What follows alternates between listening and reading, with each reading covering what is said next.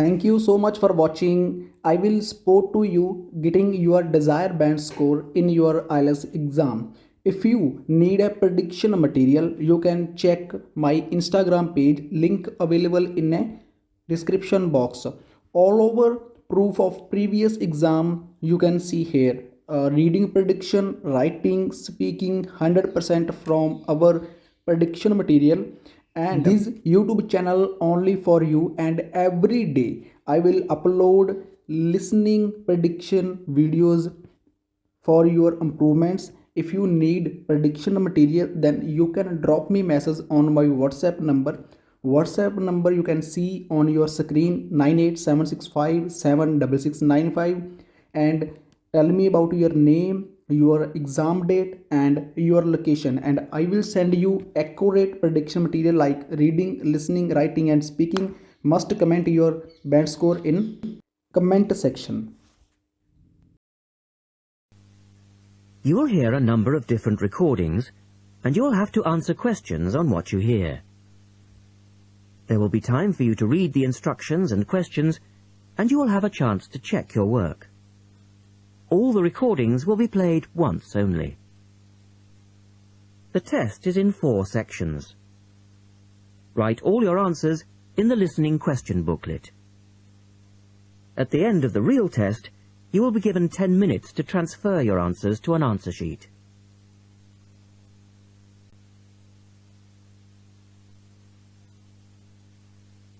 Section 1. A student wants to register for a conference.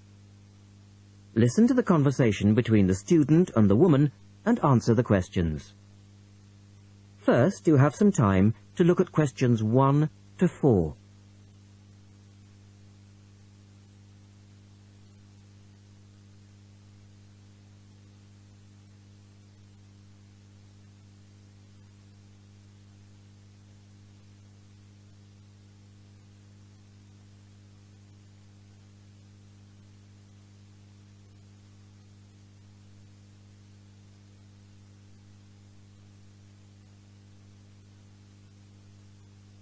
You will see that there is an example which has been done for you. On this occasion only, the conversation relating to this will be played twice. Good morning. Good morning. Can I help you? Yes. Is this where we register for the Beyond 2000 conference? Yes. What's your name and I'll get your conference bag. The student says she wants to register for the Beyond 2000 conference. So you write the words Beyond 2000. Now we shall begin. You should answer the questions as you listen, because you will not hear the recording a second time. Look at the registration form. Listen carefully and answer questions 1 to 4. Good morning. Good morning. Can I help you? Yes. Is this where we register for the Beyond 2000 conference? Yes. What's your name and I'll get your conference bag. Well, I haven't actually registered yet. I was told I'd be able to register today, so I hope that's okay. I've just arrived in Melbourne. That should be fine if you're a student. I'll need to take your details though. So, can I have your full name? Yes, sure. It's Melanie Mitchell. Is that M-I-T-C-H-E-L-L? Yes, that's right. And that's Ms., not Miss. Okay, fair enough. And what's your address, Melanie? I live in student accommodation at Sydney University, so my address there is Room 66, Women's College, Newtown. Okay. And which faculty are you studying in? I'm in the Faculty of Education. I'm doing a Masters in Primary School Teaching. Right. And may I see your student card, because I need to verify that you're a current student? Yes, sure. Here it is. My number is 994578ED. The woman asks the student some more questions about the conference. Look at questions 5 to 10.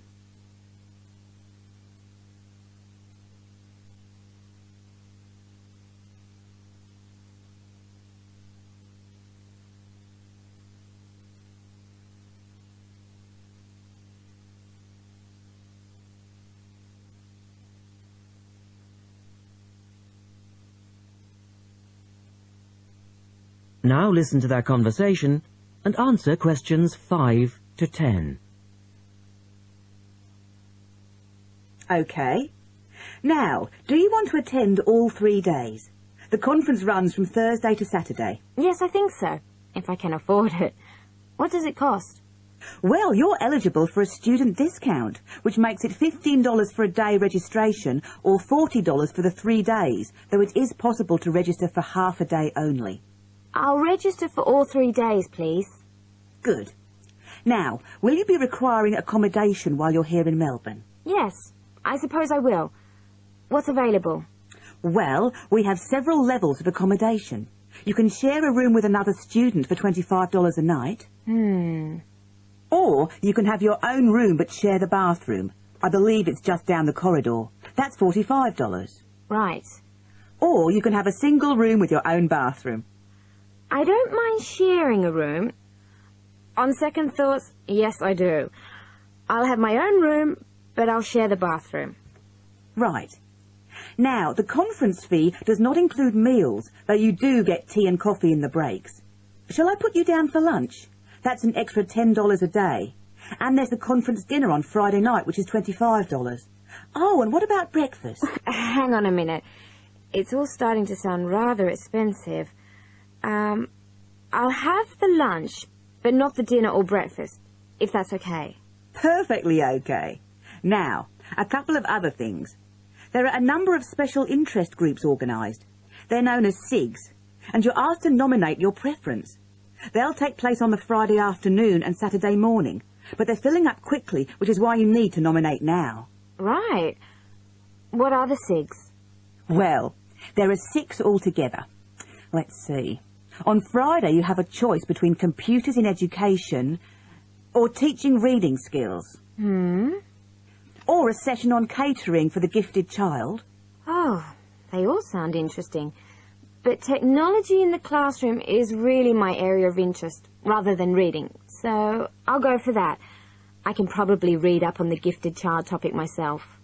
Right.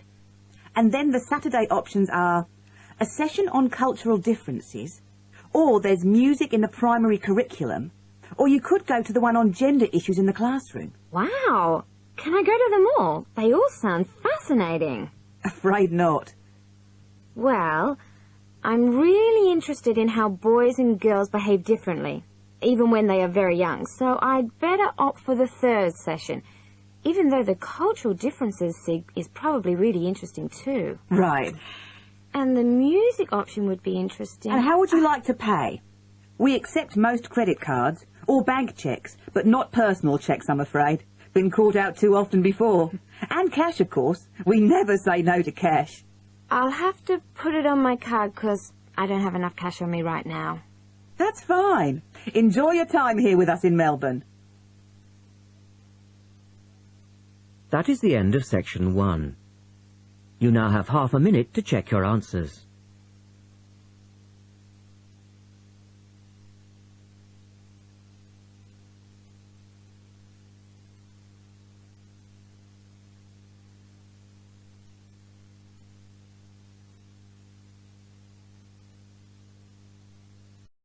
Now turn to section 2. Section 2. You will hear a woman talking about a number of different beaches to a group of tourists. First, look at questions 11 to 20.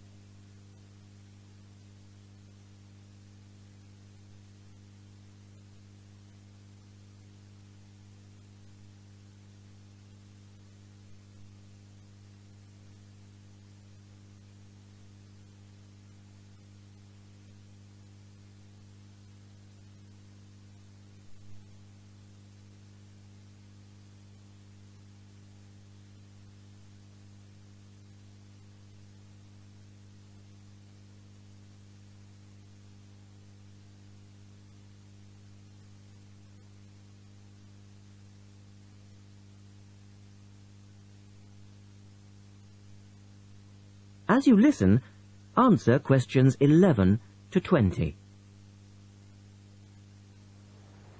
Right. Right, let's move on to the beaches here, which are absolutely beautiful. You do have over 100 to choose from. They're mostly sandy beaches, and they vary from the largest, which is 2.5 kilometres long, to tiny sandy coves. But there are a few that I'd really recommend you to visit. So, looking at this pamphlet, first of all, there's Bandela Beach. This beach is 1 kilometre away from the old fishing village of Bandela, which is a beautiful spot. If you park in the car park behind it, there's a small path which leads down to the bay. It's very pretty because the whole beach is backed by pine trees, so it's very sheltered. The beach itself is very clean, and the water is shallow and safe. That, together with the soft sand, make it an ideal beach for children and non-swimmers. A little further round the coast, again to the east, in the eastern corner of the island, is the spectacular Dapolata Beach, which is basically a long inlet. The land around this beach is marshland. It's all marsh, and there's a stream which winds through it, and the stream goes into the sea. And the beach has lovely pale gold sand. Access to this beach is quite tricky, and not for the less energetic. You have to go down a long flight of steps, 190 to be exact. But you'll be relieved to know that there's also a road which winds down to a car parking area. When you're level with the sea, there is a handful of shops and bars, and you can hire some beds and umbrellas. Continuing round the island, just past the tip of Calne, is the next beach I'd suggest you visit, and this is Sanget. Why? Because there isn't a beach longer than this on the island. If you want to know, it's exactly 2.5 kilometres long, and that's a bonus because it means it never gets overcrowded. It has golden sand and clear blue water shelving into the sea. There are several beach restaurants to choose from, and water sports are available when the water is calm. But check first.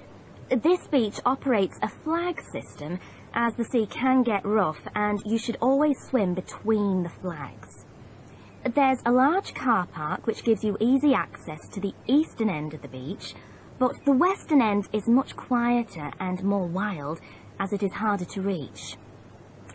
Blanaka is another popular beach, just in the northwest corner of the island. It has incredibly white sand and sparkling water.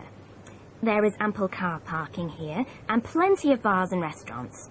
Blanaka has white cliffs all around it, and for those of you who'd like a little more to do than just lazing on the beach, there are caves here which you can explore in the cliffs, and you can also dive into the water from rock platforms along the side of the cove. Well, my final recommendation for today is Disador. Now, this beach isn't quite as easy to get to as the others I've talked about. It's quite a remote little beach, tucked away here next to Blanaka. You can reach Disador by a steep slope, which goes over some sandbanks. The beach itself is small and pretty, with reddish-coloured sand, and some stony areas on its eastern side. Despite being quite small, the bathing is good, and you can also go fishing here from the rocks at either side. It's a good idea to take some food and drink with you if you decide to go here, as there's only one little bar which isn't always open. So, that should give you plenty of ideas to choose from over the next 2 weeks, and if you have any further... That is the end of section 2. You now have half a minute to check your answers.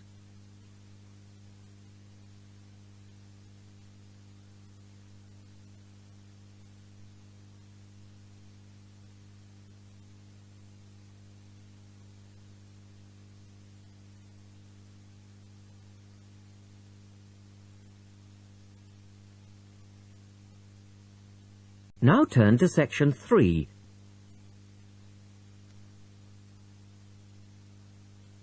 Section 3.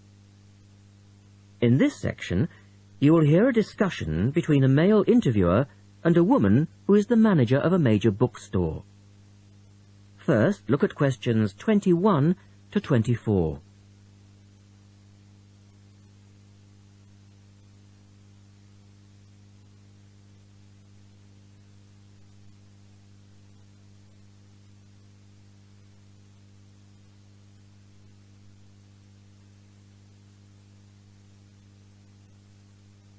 Now listen to their conversation and answer questions 21 to 24. The start of a new academic year is a challenge for booksellers. Lee Rogers talks to one major bookstore manager. Jenny Farrow, you're the manager of Dalton Books, and you sell an awful lot of books to students, don't you? Yes, we do. How do you manage to make sure that you're going to have the books students need when all the new courses begin? Basically, we make preparations long before they arrive. Like all other major book retailers, we have a database of information, and using that, we contact course conveners in May and ask them to send us their book lists. How many books are we talking about? For one course? Yes, as an example. An average course requires about 30 books. We ask lecturers to indicate whether a book is what we call essential reading. You know, the students simply have to get it, or whether it's what they would term recommended reading, or whether it's just a supplementary text that they tend to refer to as background reading. What about predicted buyers? It's not a perfect system, unfortunately. If a lecturer tells us that he expects us to sell 100 copies of a book, we know that we could actually sell anything from 50 to 150. That's why in practice, when it comes to ordering, it's a lot safer to go by the previous year's sales figures, if that's possible, of course, if we've sold the book before. We also build other factors into the equation, including the type of course that the books are for, the student's year group, and a measure of our own judgment. And these criteria make a fairly accurate guide? As accurate as we can be, yes. Look at questions 25 to 30.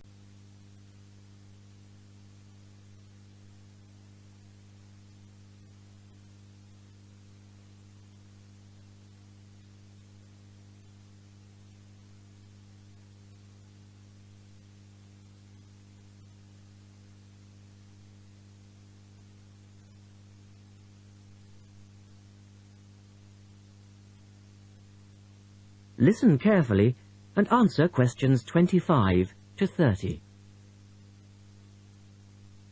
What about the publishers? Do they take an active role in promoting new books? Certainly. The academic and professional publishing market is worth about £700 million a year, so publishers go to some lengths to make sure their books are known. The standard procedure they use is to mail out catalogues to lecturers or colleges and universities. That's been the main form of promotion for years. Now, of course, they can also post details of new or revised works on websites.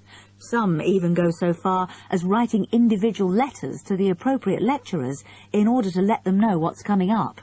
The lecturers then contact you if they're interested? That's right. The publishers send us, the booksellers, inspection copies. Lecturers can then get a free copy and decide whether it's going to be suitable for their course. And how does it work with the students? What are they looking for and who helps them most? I think lecturers are best placed to understand the students' needs. Often the critical issue is what represents value for money for students. This is more important than price per se. Do students actually buy books before they start the course? Apparently, a large proportion of students wait to see what they need. Students have a firm idea of what constitutes a good book, so they tend to give themselves time to look at all the options before making a choice. They tend to go for books that are clear and easy to use. Often, the texts that their lecturers recommend turn out to be too academic and remain here on our shelves. Well, that was Jenny Farrow. And I guess tomorrow will be... That is the end of section 3. You now have half a minute to check your answers.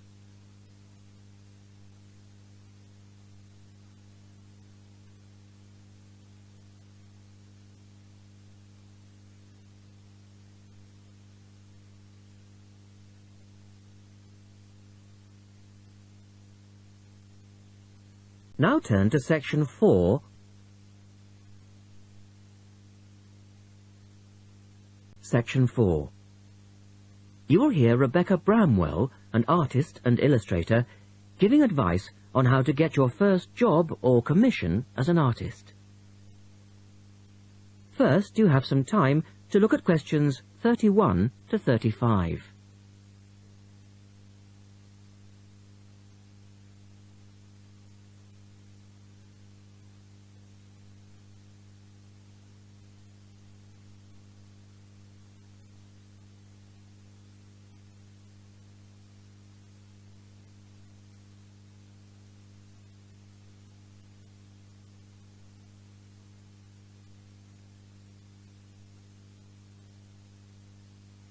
Now listen carefully and answer questions 31 to 35.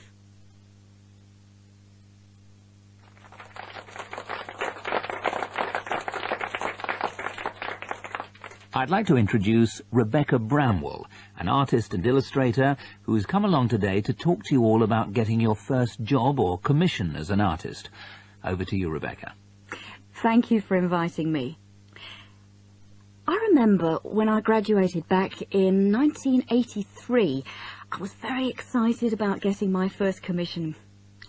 My degree was in fine art, and I'd worked long and hard to get it. I was an enthusiastic student, and I never found it difficult to find the incentive to paint. I think as a student you're pushed along by fellow students and tutors, and the driving force is there. However, when you leave college, you find yourself saying things like, I'll have one more cup of coffee and then I'll sit down to work. I hate to admit it, but I say it myself. Suddenly, it isn't finding the inspiration or getting the right paper that's a problem. It's you. In my view, there are a number of reasons why this happens. It's a real challenge making a decent living as a new artist. You have to find a market for your work. Often you work freelance and need to take samples or portfolios of your work from place to place. These experiences are common to a lot of professional people. But artists also have to bare their souls to the world, in a way. More than anything, they want praise. If people don't like what they create, then it can be a very emotional and upsetting experience hearing them say this. I began to realise that these problems were preventing me from having a career in art, and so I decided to experiment. I was a painter, but I started to dabble in illustration, drawing pictures for books, cards, and this offered me the opportunity to become more emotionally detached from my work. I was no longer producing images from the heart, but developing images for a specified subject, taking a more practical approach. I began to develop a collection of my illustrations, which I put into a portfolio and started to carry around with me to show prospective clients and employers. But it was still tricky because publishers, for example, want to know that your drawings will reproduce well in a book. But without having had any work published, it's hard to prove this. Having a wonderful portfolio or a collection of original artwork is, of course, a first step. But what most potential clients would like to see is printed artwork, and without this evidence, they tend to hold back still when it comes to offering a contract. Look at questions 36 to 40.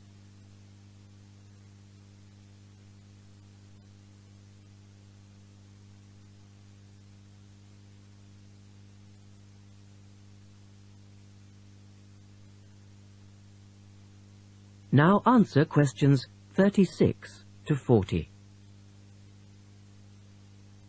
Well, I overcame this problem in two ways. And I suppose this is my advice to you on preparing your portfolio of your best work. The first way was by submitting my work for a competition. And the one I chose was for a horoscope design and was sponsored by a top women's magazine. There are a few of these competitions each year, and they offer new illustrators an opportunity to showcase their work.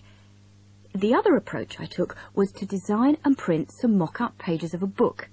In other words, I placed some of my illustrations next to some text in order to demonstrate how my work would look when it was printed. Perhaps I was lucky in that I had taken a degree that provided me with all-round creative skills, so that I could vary my style and wasn't limited to a certain technique. Now, I think that is important. The art world and many other creative fields do try to pigeonhole people into snug boxes with an accompanying label. Now, I think you should try to resist this if you feel it happening to you. If you don't, you'll find it difficult to have new work accepted if you try to develop your style at a later stage in your career. Nevertheless, When you start out, and particularly when you're going for an interview, it's important not to confuse people by having a lot of different examples in your portfolio. One remedy for this is to separate your work into distinct categories. In my case, I did this by dividing my design-inspired illustrations from my paintings. It's then easier to analyse the market suited to each portfolio, such as magazines, book jackets, CD covers, etc. Working under two names is also useful, as it clarifies the different approaches and offers a distinction between them.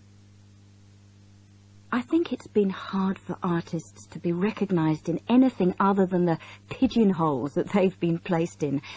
Luckily, these barriers are slowly being demolished. So I really do wish you well. That is the end of section 4. You now have half a minute to check your answers.